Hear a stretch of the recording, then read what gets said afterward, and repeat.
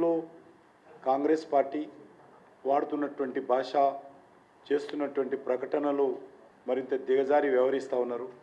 దేశానికి 200 సంవత్సరాలు కాంగ్రెస్ పార్టీ కంటే ముందు బ్రిటిష్ వాళ్ళు పరిపాలించిన కాంగ్రెస్ పార్టీ బ్రిటిష్ వారసత్వాన్ని కొనసాగిస్తుంది.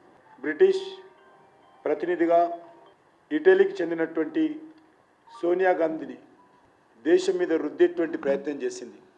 ఆ రోజు భారతీయ జనతా పార్టీ అడ్డుకోకపోతే సోనియా గాంధీ ఇటలీకి చెందినటువంటి వ్యక్తిని దేశ ప్రధానిగా చేయాలని దుర్మార్గపు కుట్ర ప్రమాదం ఏ రకంగా చేసిందో దేశ ప్రజలందరూ మర్చిపోలేదు.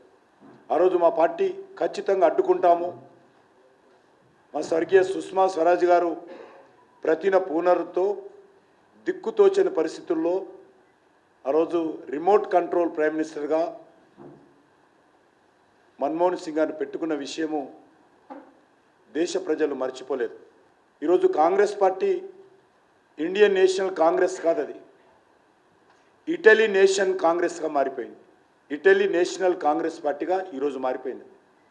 అలాంటి కాంగ్రెస్ పార్టీ ఈరోజు భారతీయ జనతా పార్టీని విమర్శించేటువంటి నైతిక హక్కు లేదు. ఈ దేశంలో ఉన్నటువంటి అన్ని సమస్యలకు మూల కారణము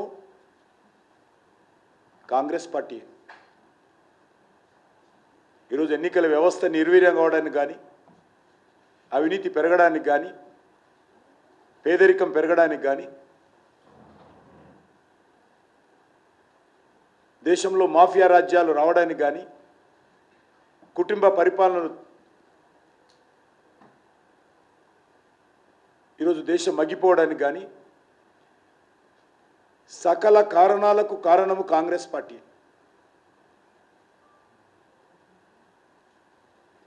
భారతదేశానికి పట్టినటువంటి దరిద్రం ఈ కాంగ్రెస్ పార్టీ. దేశ ప్రజలు 10 సంవత్సరాల క్రితం ఈ దరిద్రాన్ని వదిలించుకున్నారు. ఈ ఇటలీ కాంగ్రెస్ను వదిలించుకున్నారు. మరోసారి ఈ దరిద్రాన్ని దేశ ప్రజలు దరికి చేరనివారనే విషయాన్ని ఈ సందర్భంగా మనం చేస్తున్నాం. కాంగ్రెస్ పార్టీ, భారతీయ జనతా పార్టీ వస్తే రిజర్వేషన్లు ఉండవు అనేటువంటి ఒక వితండవాదము, పిచ్చి వాళ్ళ వాదన చేస్తూ ఉంది. మతి భ్రమించిన వాళ్ళు మాత్రమే ఆ మాటలు మాట్లాడతారు.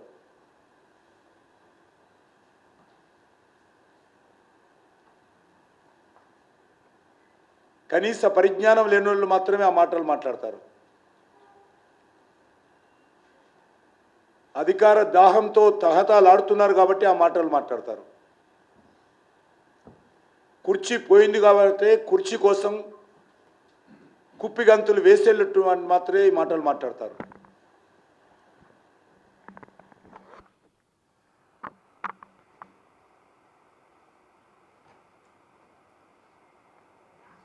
బ్రిటిషర్ల మాదిరి